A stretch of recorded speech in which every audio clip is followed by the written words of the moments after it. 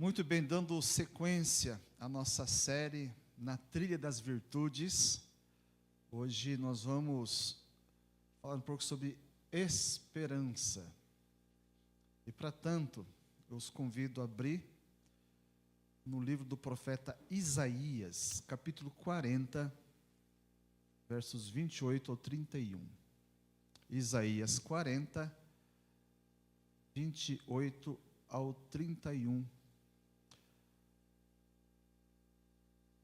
Vamos falar hoje sobre a força para quem espera. Diz aqui a palavra de Deus: será que você não sabe, nunca ouviu falar? O Senhor é o Deus eterno, o Criador de toda a terra. Ele não se cansa nem fica exausto, sua sabedoria é insondável. Ele fortalece ao cansado e dá grande vigor ao que está sem forças.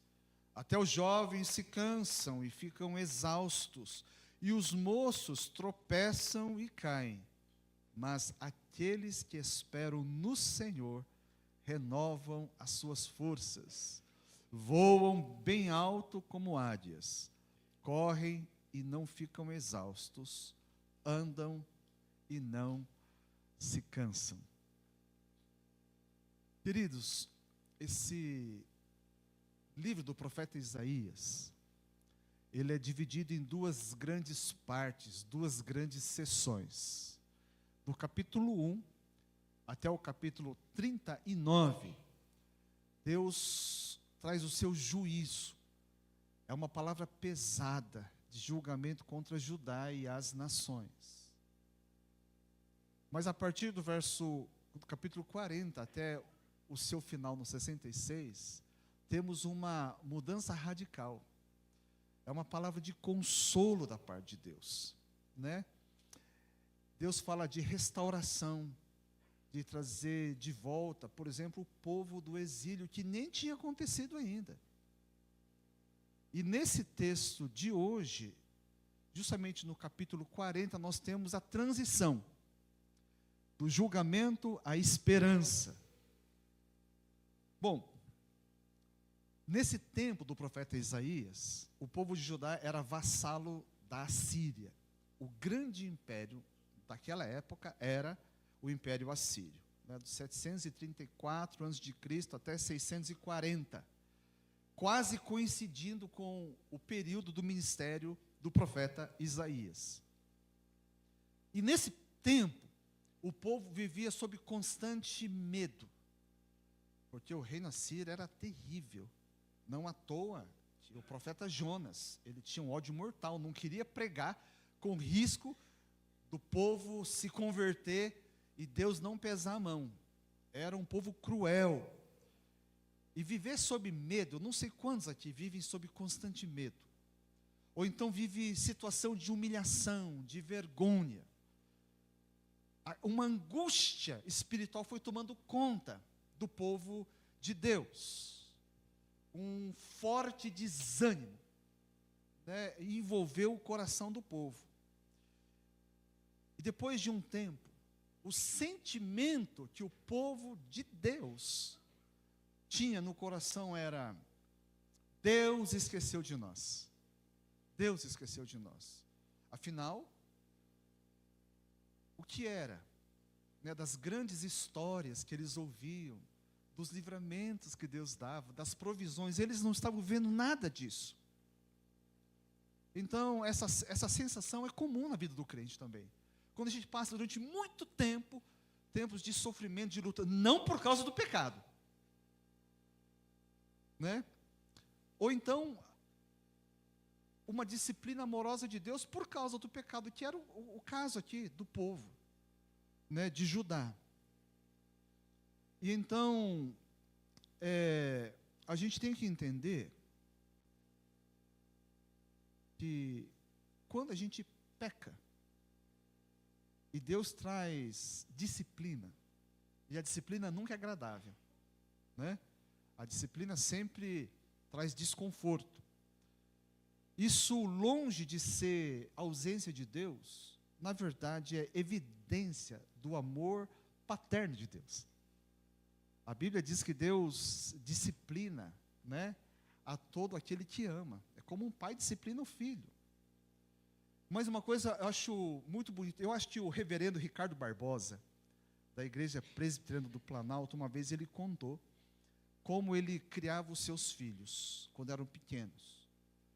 E ele, como um homem de Deus, quando os filhos aprontavam, ele usava a varinha da disciplina, no lugar certo, na medida certa, na intensidade certa. Então, disciplina era sinal de amor do papai para com seus filhos. Só que nunca os filhos dele dormiam, tendo como a última lembrança as varadas do papai. Ele disse que tinha uma pomadinha especial, que ele pegava antes dos filhos dormirem. Naquele lugar onde a vara pegou, ele passava a pomada e ministrava amor. Porque a disciplina de um pai sempre é seguido de uma demonstração de amor. Então os filhos podiam dormir, tendo como uma lembrança segura: papai me ama. E eu vejo justamente isso. A partir do verso 40, aquele Deus que falou de maneira muito dura, ele começa como no versículo 1: consolem o meu povo, diz o Deus de vocês. E presta atenção, ele não fala assim, consolem o povo. Ele diz, console o meu povo. E não diz Deus, mas o Deus de vocês. Longe de vocês terem sido esquecidos, eu continuo sendo o Deus de vocês e vocês o meu povo. É assim que começa a parte de consolo, do capítulo 40 em diante. Então essa gente sofrida e desanimada, para ela a palavra de Deus veio assim: vocês são o meu povo. Quantos filhos, por causa de uma disciplina do pai, pensam que o papai não ama mais, né? E longe disso. Como é importante, né, fazendo um parênteses aqui, nós pais reafirmarmos o nosso amor. Não basta, falar assim, não, eu trabalho o dia inteiro, eu nem durmo direito, para dar o melhor para os filhos, mas os filhos precisam saber. Não basta a gente saber, os filhos precisam saber, e aqui Deus queria que o seu povo soubesse, que Ele continuava sendo o Deus deles. E essa palavra então foi dirigida ao povo de Deus lá em Judá, o reino do sul, né? E falou assim, mas o que isso tem a ver conosco? Né? Sobre a gente ser o povo de Deus também, lá em Hebreus 8:10, a gente fica sabendo que a profecia de Jeremias, lá no 31:11, é cumprida em nós. Olha lá o que diz o texto de Hebreus. Ele resgata, né, o oráculo de Jeremias, falando, está cumprida agora essa profecia. Olha, esta é a aliança que farei com a comunidade de Israel depois daqueles dias, diz o Senhor. Porei minhas leis em sua mente e as escreverei em seu coração. Serei o seu Deus e eles serão o meu povo. Você que tem a lei do Senhor na mente, no coração, hoje você é povo de Deus. Ele usa exatamente a mesma palavra, serei o seu Deus e serão o meu povo. Essa palavra é para mim e para você essa manhã.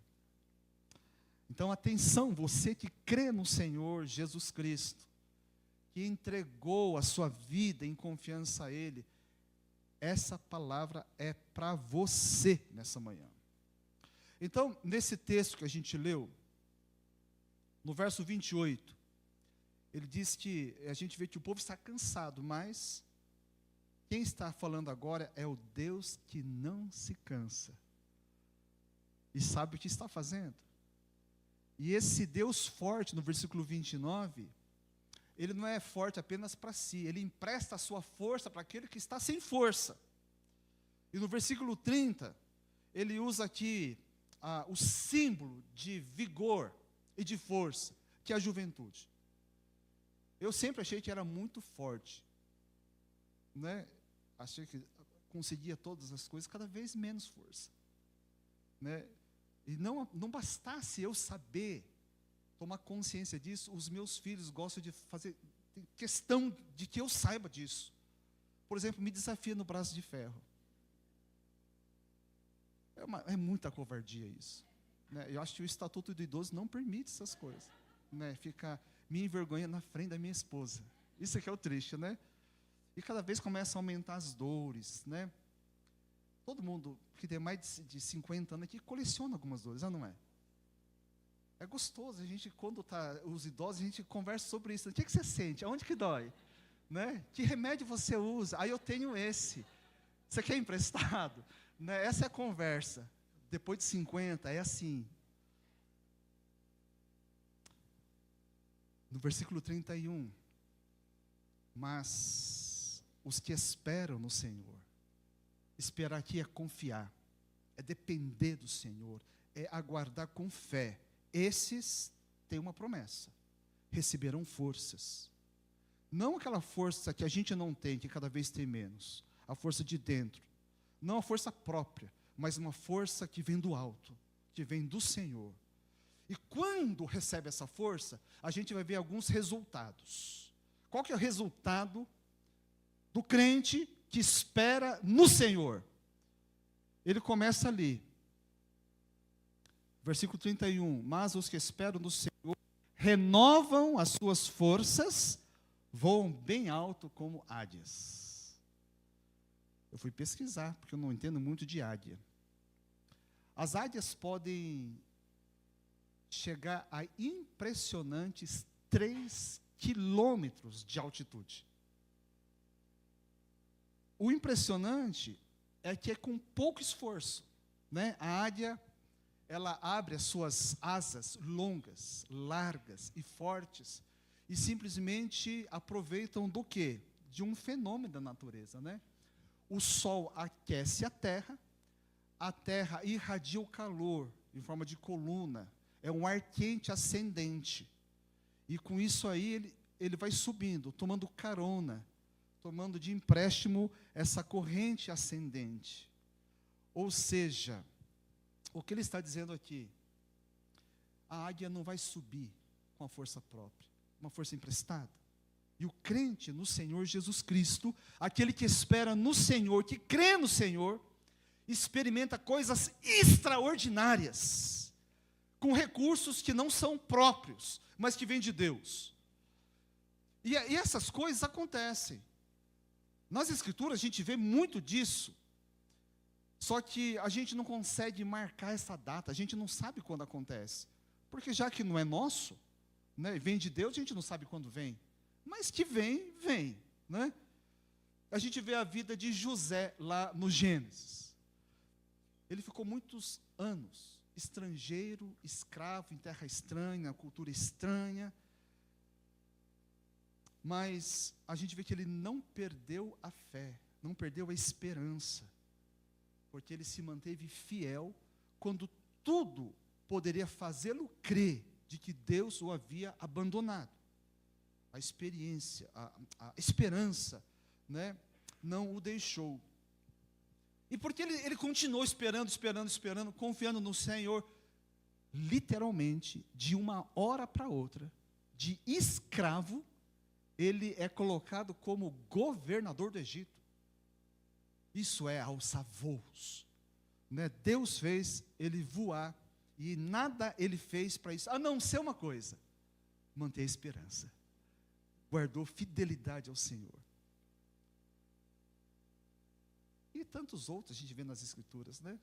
A gente vê lá Daniel, né, aquela experiência fantástica na cova dos leões, e nada aconteceu com eles. Seus amigos, Ananias, Misael e Azarias, na fornalha de fogo ardente. Davi, que de repente de um menino pastor derrota um gigante, e na sequência, mais adiante, se transforma no rei de Israel. Experiências impressionantes, que eles não podiam planejar. Quando a Bíblia fala assim, que aquele que espera no Senhor, sobe alto, né, com asas, como águia, está falando sobre isso. Essas experiências jamais a gente vai poder planejar. São coisas que estão muito além da nossa capacidade de planejamento e principalmente de execução. Deus faz isso. E essas histórias aquecem o coração. né, enche o nosso imaginário. Quem nunca sonhou? Principalmente os homens, né? Os homens aqui sonharam em ser valente como Davi, como Sansão. As mulheres estão mais para ser como Esther, né? Ruth. Mas a gente sonha com experiências assim. Coisas extraordinárias, ou seja, fora do comum, do dia a dia, do ordinário, do corriqueiro. A única coisa que a gente vê neles, em comum, de todos esses homens e mulheres, é o quê? Eles estavam no lugar certo, na hora certa e, sobretudo, na postura certa. Por causa da esperança, eles mantiveram aquela postura de homens e mulheres de Deus, vivendo a vontade de Deus. Não sabiam o que ia acontecer, nenhum deles, não imaginavam. Assim como as águias. Esses homens e mulheres subiram com asas como águias, com uma força emprestada, aquela que vem de Deus. A pergunta aqui é: qual a chance de você hoje viver algo extraordinário da parte de Deus, estando onde está, vivendo como está vivendo? C.S. Lewis, no seu fantástico livro chamado Milagres, ele faz uma pergunta parecida com essa. Eu não lembro exatamente as palavras. Porque as pessoas que viram milagres de Deus, eles estavam vivendo dentro da vontade de Deus, a maneira de Deus. Fica difícil. Em alguns lugares, vivendo de maneiras meio esquisitas, a gente experimenta algo extraordinário de Deus. O complicado é que a gente tem que ter esperança. Por quê? Porque a gente não tem data marcada para alguma coisa de Deus acontecer. Mas ok, aí ele continua o texto aqui, ele fala lá: mas os que esperam no Senhor renovam suas forças. Depois ele diz: correm e não ficam exaustos. Exaustão tem a ver com esgotamento, né, extremo de energia, de recursos. A exaustão, ela impossibilita, né, você continuar correndo. Eu gosto de assistir maratonas, né? O Maurício Passo gosta de correr maratona, eu gosto de assistir maratona. Agora, eu não ligo muito para quem vence. Por isso, o Maurício fica tranquilo, porque ele nunca vence a maratona. Mas eu gosto de ver aqueles camaradas assim que treinou, porque ninguém corre maratona sem treinar. É uma insanidade. E lá no último quilômetro, nos últimos 100 metros, sabe quando a pessoa está exausta? Ela chega caindo, né, tropeçando, com o corpo todo torto, retorcido. Você vê que a pessoa está completamente exaurida, né, de forças físicas, ainda que a mente esteja focada e não tenha desistido. E é isso que não pode acontecer. É o nadar e morrer na praia. Quantos crentes não chegam lá? Essas cenas dramáticas, né? Quando você quer, mas o músculo não obedece, vai fazer o quê? O organismo entra em pane. E é muito triste. É triste. Eu gosto de ver, não é que eu gosto de ver eles caírem. Eu gosto de ver aqueles caras que abrem mão de chegar na frente, eles amparam, né? E carregam junto essa pessoa. E deixam ela desabar na linha de chegada, ela completa. São cenas que emocionam.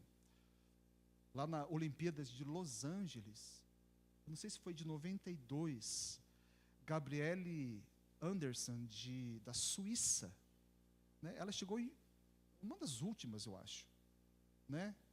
Cambaleando até o fim. Ninguém lembra quem ganhou. Né? Eu acho maravilhoso isso, mas é muito arriscado, não é? E é triste. Quem treinou, sacrificou e não consegue chegar. Não conseguiram chegar por causa da exaustão. Para o crente, é possível correr, corrida cristã, e não ficar jamais exausto, de acordo com o texto. Ele recebe um recurso extra. um tipo de Red Bull do Espírito Santo, né? Você vai, é algo assim, aquele anti-exaustão.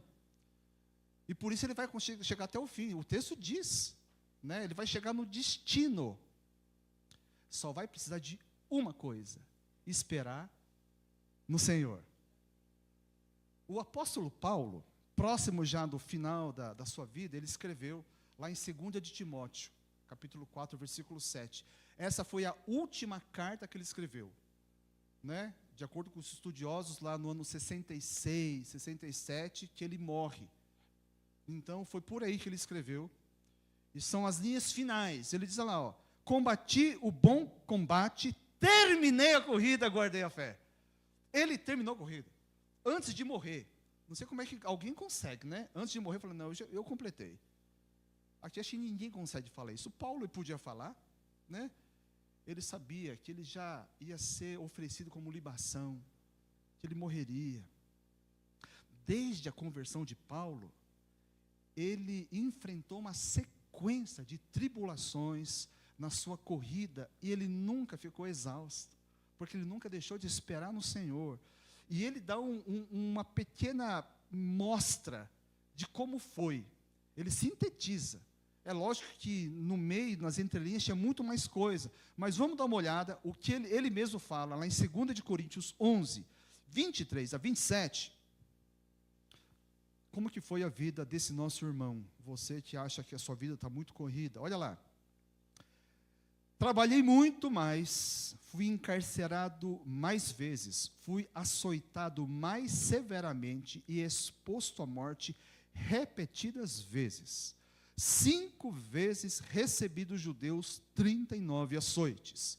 3 vezes fui golpeado com varas. 1 vez apedrejado. 3 vezes sofri naufrágio. Passei 1 noite e 1 dia exposto à fúria do mar. Estive continuamente viajando de uma parte a outra. Enfrentei perigos nos rios, perigos de assaltantes, perigos dos meus compatriotas, perigos dos gentios, perigos na cidade, perigos no deserto, perigos no mar e dos falsos irmãos. Trabalhei arduamente, muitas vezes fiquei sem dormir. Passei fome e sede, e muitas vezes fiquei em jejum. Suportei frio e nudez. Isso ao longo dos quase 35 anos, desde a sua conversão até a sua morte, o seu martírio. Mas ele não desistiu, ele não se cansou. E porque ele não cansou, ele não parou, ele completou a carreira. Paulo não era forte, ele não era especial, ele não era altamente capacitado. Ele sabia por que ele tinha que esperar no Senhor. Ele diz lá em Filipenses 4,13, o quê? Posso?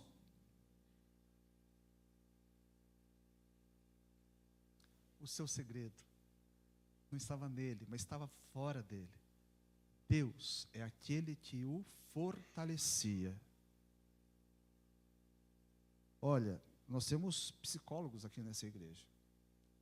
E qualquer um que for, se Paulo consultasse um dos nossos psicólogos e falasse tudo o que ele estava vivendo, eu falo assim, você tem que parar já. Né? Você está à beira do burnout. Você vai esgotar, você não pode continuar, isso é insano. E os psicólogos estão certos, se for para o incrédulo, porque o crente tem um Senhor, que o fortalece. O crente tem uma esperança que está além dele. Por isso, queridos, tem lá o seu valor, os livros de autoajuda, mas pensa, Paulo aqui não está falando de autoajuda. Porque autoajuda, eu vou ter que procurar recursos em mim. Como eu vou encontrar recursos em mim se eu estou esgotado? Se eu não tenho mais nada? Paulo falou assim, não, eu não procuro em mim, mas nele, porque tudo posso, naquele que me fortalece. Por isso o crente espera no Senhor. É possível você enfrentar as mais difíceis lutas, sem chegar à exaustão, sem desanimar. É possível. Então, ainda que sob uma perseguição atroz e um grande sofrimento, Paulo avançou na sua missão, né, que Deus confiou para ele. Ele levou o evangelho do Senhor Jesus para todo o mundo romano que ele conhecia. Ele plantou pelo menos 14 igrejas, no mínimo. E é inspirador, né, gente? Ver pessoas como Paulo, gente incansável, inquebrável, né? Essas pessoas que voam, que correm, não é? Eu estava estudando esse texto e eu lembrei do saudoso pastor Davi Yuassa, grande amigo meu. E na época que estava explodindo aquele livro do Augusto Cury, Pais Brilhantes, é isso, né? Pais Brilhantes, Professores Fascinantes. E aí ele pegou e falou assim: Joel, eu não sou um pai brilhante, muito menos professor fascinante. Esse tipo de livro, só de ler a capa, eu já entro em depressão, porque eu falei, não, eu não vou nem ler esse negócio aqui. Né? Eu tenho que ler livros para me sentir melhor. Eu falei, não sou. Eu sou comum, eu sou um pai comum, com recursos comuns, tentando. Ele foi um excelente pai, né? Foi um excelente pai.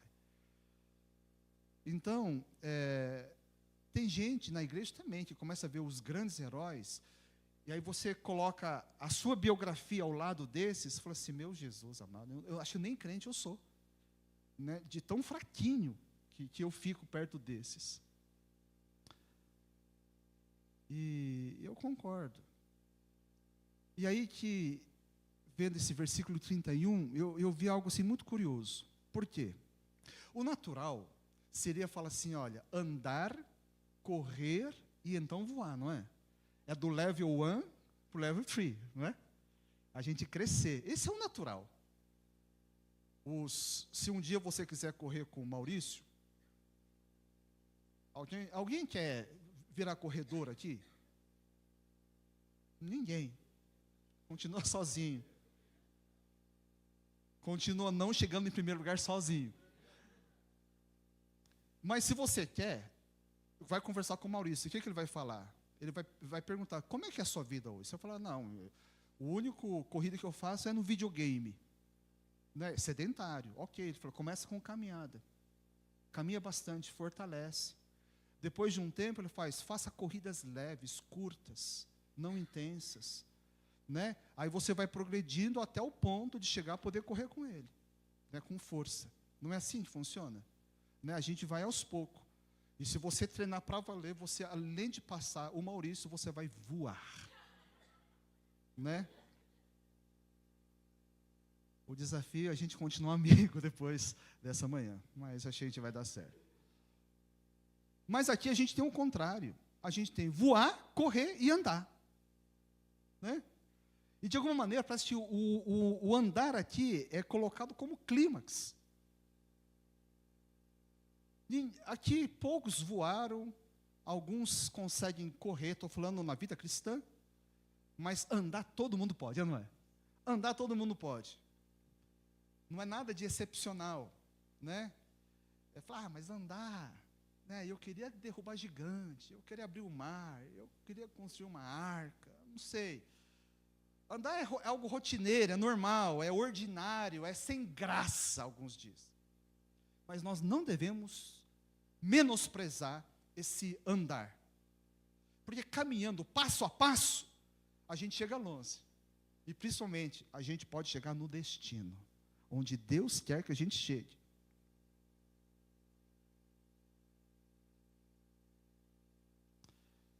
Mas não se engane. Andar longas jornadas, andar por muito tempo, é um desafio, porque cansa, né? Ele tem potencial de desanimar, ele pode parecer enfadonho, por isso, é necessário esperar no Senhor.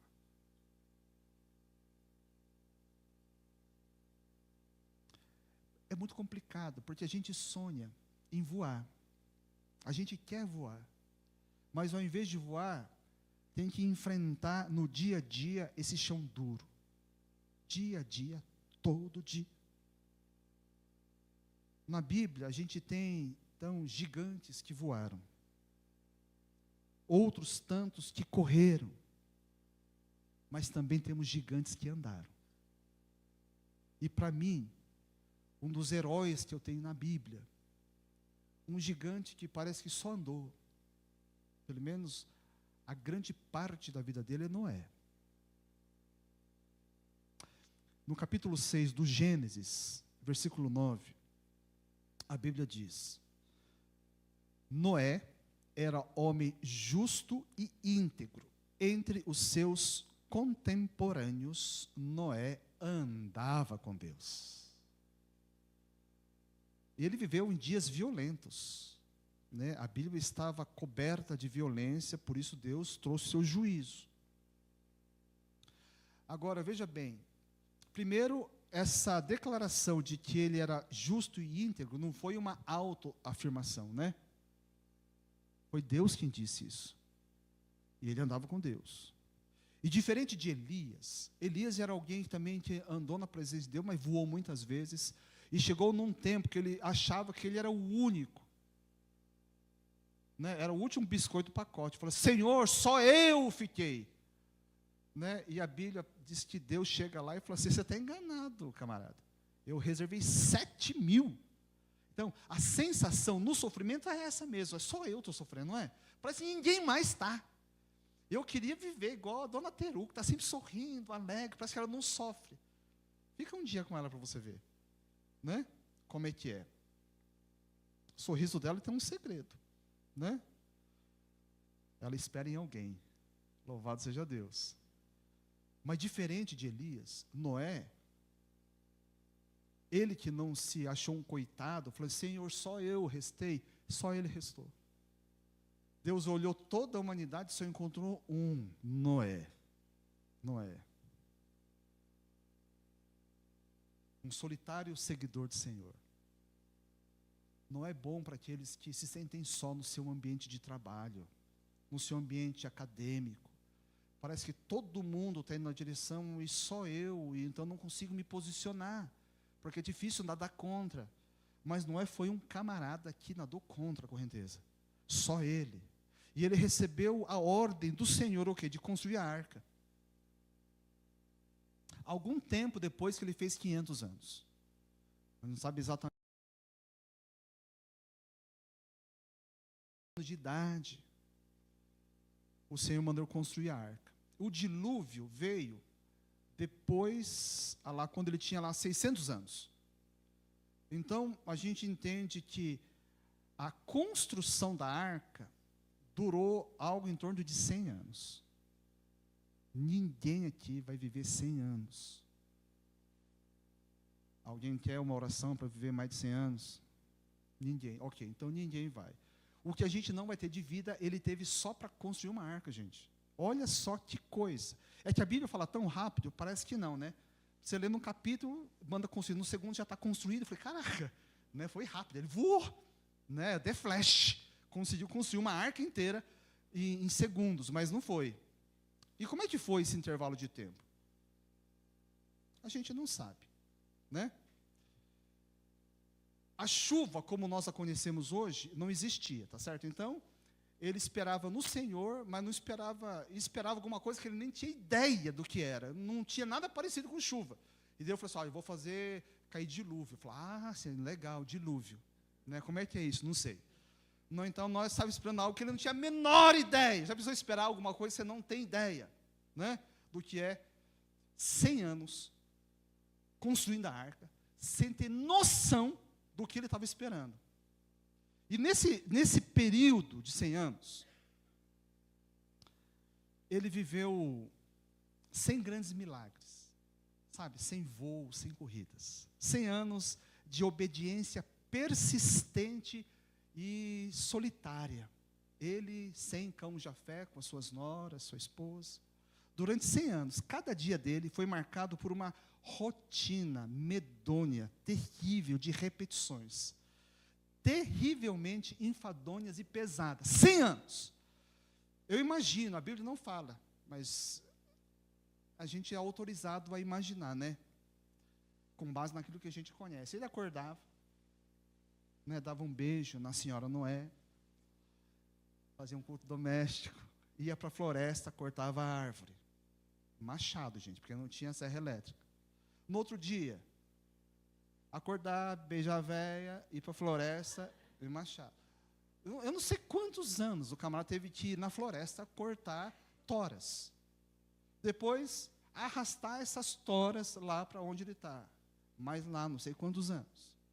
Depois que ele viu aquelas toras lá, ele falou assim, caramba, eu tenho que cortar e transformar em tábuas, não é? Pensa, no braço. No braço. O homem devia ser o primeiro cara fitness. Na Bíblia, foi o cara. Porque serrote, machado, todo dia, cortando.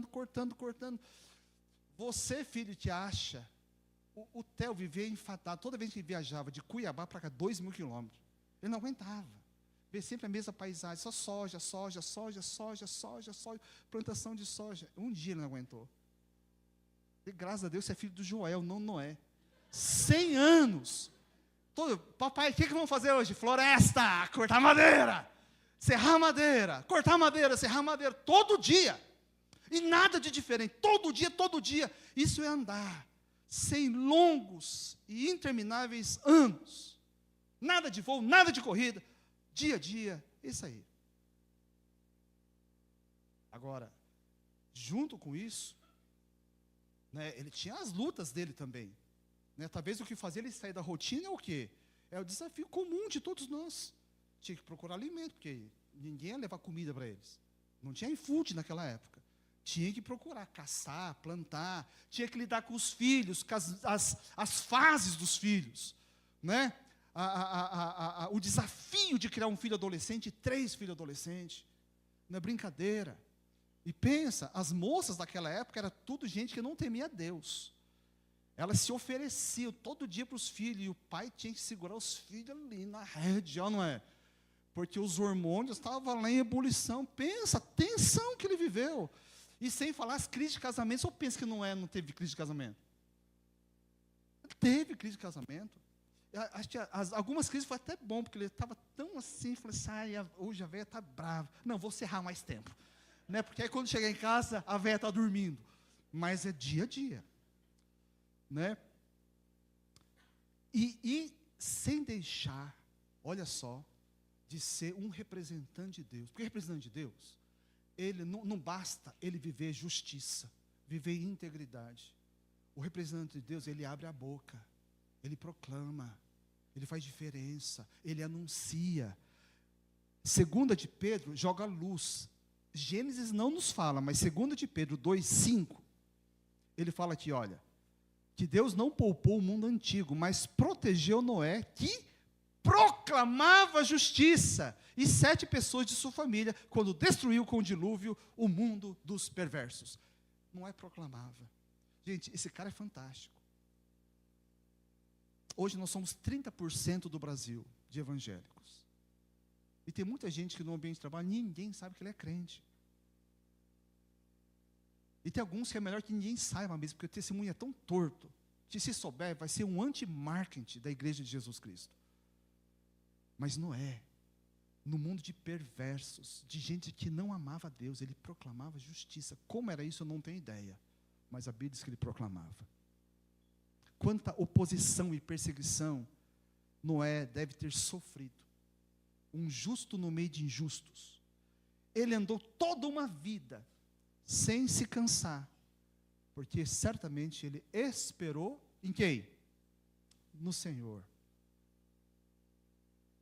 É verdade que a vida dele foi isso aqui, ó, uma rotina, sem graça, enfadonho, cansativa, né? Até 500 anos vivendo uma vida comum, tranquila, dos 500 aos 600 anos vivendo isso, e então, de repente, aconteceu também com ele. Ele subiu alto, né? Deus fez chover o dilúvio, e ele na arca salvou a nossa história. Nós descendemos de Noé. Mas até esse dia, ele teve que andar, e andar, e andar. A nossa vida, a maioria de nós aqui, é uma vida assim, muito sem graça, sem coisas diferentes. Mas é possível andar nessa vida dessa maneira, sem perder a alegria na alma, a doçura no coração, desde que a gente espere no Senhor. Espere no Senhor.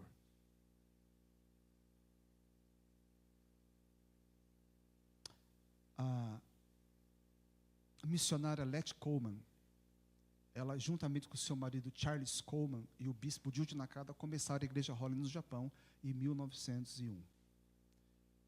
E ela registrou, né, os apontamentos do seu marido Charles Coleman. E uma história que ela deixa ali, sempre me aqueceu o coração. E ela diz assim, sobre um casal de missionários, tá? Sobre o casal de missionários. Depois de décadas servindo como missionários no Oriente, lá no Japão e na Coreia, o casal retornou ao seu país. Quando o navio chegou ao porto, havia uma festa. Só que aquela festa era para um milionário que tinha ido para a África fazer uma expedição de safari. Alguém foi matar animais inocentes como esporte. E tinha uma festa, tinha até banda, orquestra. Primeira classe sempre desce primeiro, né? A maioria aqui sabe disso, né? Eu sempre sou um dos últimos, né? Primeira classe, executivo, né? Depois gente normal igual a nós, gente mais bonita. Aí, depois que o milionário sai, a banda vai embora, o casal está ali. Quando eles descem, um profundo desapontamento desse missionário. E ele disse para a esposa: nós dedicamos a nossa vida no campo missionário. Esse homem foi se divertir e teve uma festa esperando. E quando finalmente nós voltamos para casa, não tem uma única pessoa nos aguardando. Então, a esposa desse missionário olha para ele com ternura e diz: querido, aqui não é a nossa casa. Essa é a lente certa para nós enxergarmos a vida. Essa vida aqui é importante, sim, mas não é o destino final do crente. Aqui nós somos peregrinos, somos estrangeiros, somos forasteiros, porque a Bíblia diz que nós somos cidadãos dos céus. Nessa vida, nós temos é que esperar no Senhor.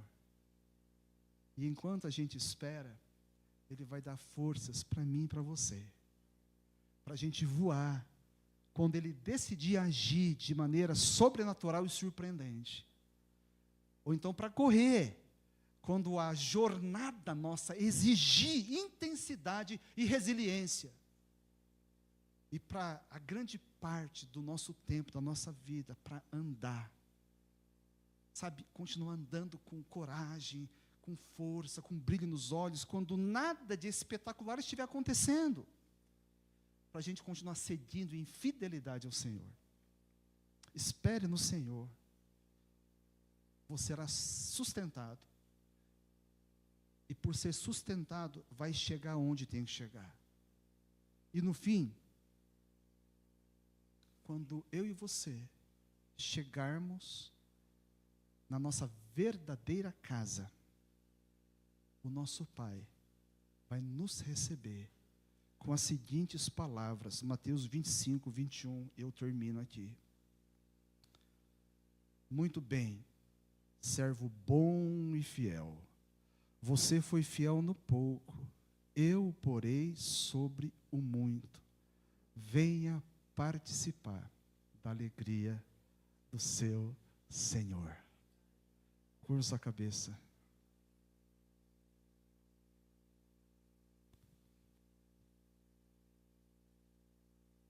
Senhor,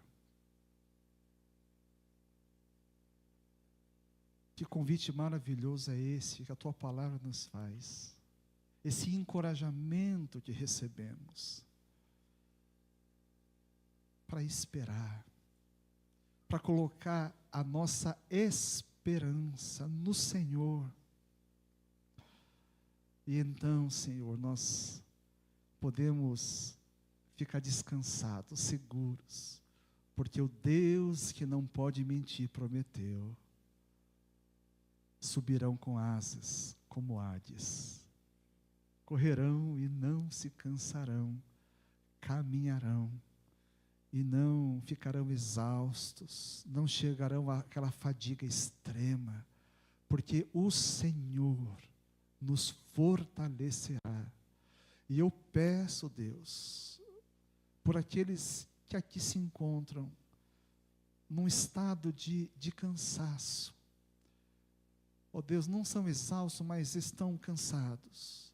Estão precisando de uma visitação Tua.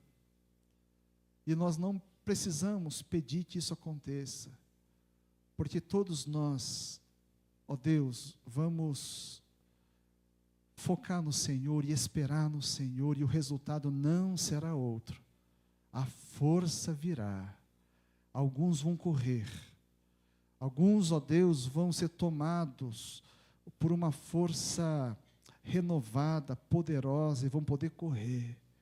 E quem sabe alguns dentre nós vão alçar voos. E quando isso acontecer, de tão extraordinário que será, vai reconhecer imediatamente: isso não veio de mim, isso foi do Senhor, é do Senhor, e glória seja dado ao Senhor. Senhor, nós nos colocamos diante de Ti e queremos, ó Deus, esperar no Senhor. A nossa esperança está no Senhor. Louvado seja o Senhor por isso. Oramos em nome de Jesus. Amém. Coloque-se de pé, por favor.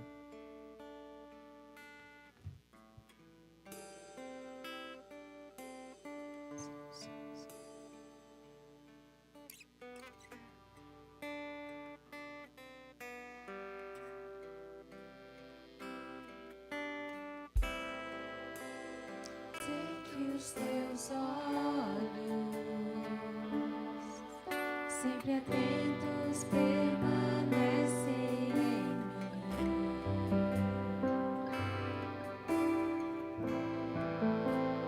e os teus ouvidos estão sensíveis para ouvir meu clamor. Posso até chorar, mas